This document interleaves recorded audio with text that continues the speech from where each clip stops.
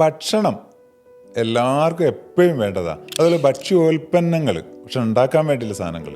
ഇപ്പോൾ നമ്മൾ കോവിഡ് കാലത്ത് പോലും പിടിച്ചു നിന്ന GCCയിലാണെങ്കിലും ലോകത്തെവിടെയാണെങ്കിലും നമ്മുടെ നാട്ടിലാണെങ്കിലും നമുക്കറിയാം ഭക്ഷണം വിളമ്പുന്ന സ്ഥലങ്ങളും അതുപോലെ സൂപ്പർ മാർക്കറ്റുകളും ദൈനംദിന ജീവിതത്തിലെ വളരെ പ്രധാനപ്പെട്ട ഇനങ്ങളൊക്കെ അത് നന്നായിട്ട് രക്ഷപ്പെട്ടു.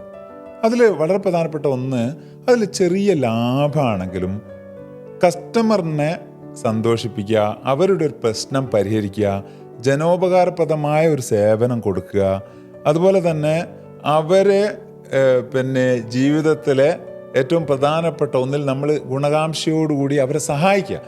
ഇത്തരം കാര്യങ്ങൾ വരുമ്പം കസ്റ്റമറിൻ്റെ സാറ്റിസ്ഫാക്ഷനും അവരുടെ ഹാപ്പിനെസ്സും ഈ ഓൺട്രപ്രണർക്കും പകർന്നു കിട്ടുകയാണ്.